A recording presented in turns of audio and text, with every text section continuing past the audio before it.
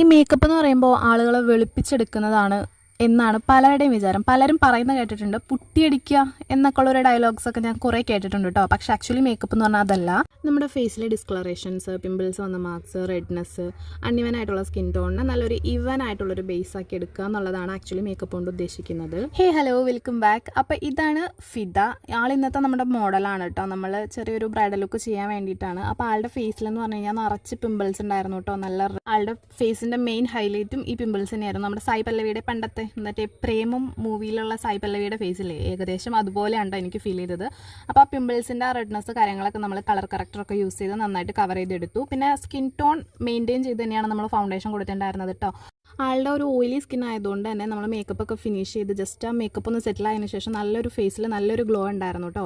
അപ്പോൾ ഇതാണ് ഫിദയുടെ final look. Final look എങ്ങനെയുണ്ടെന്ന് നിങ്ങൾക്ക് ഇഷ്ടമായ കമൻറ്റ് ചെയ്യാൻ മറക്കരുത്. പിന്നെ നിങ്ങളൊരു അപ്കമിങ് ബ്രൈഡ് ആണെങ്കിൽ മേക്കപ്പ് ബുക്കിംഗ് നോക്കുന്നുണ്ടെങ്കിൽ സ്ക്രീനിൽ കാണുന്ന നമ്പറിൽ കോൺടാക്ട് ചെയ്യാൻ മറക്കരുത്. അപ്പോൾ വീഡിയോ ഇഷ്ടമായ ലൈക്ക് ചെയ്യുക, ഷെയർ ചെയ്യുക, ഫോളോ ചെയ്യുക. Okay, by.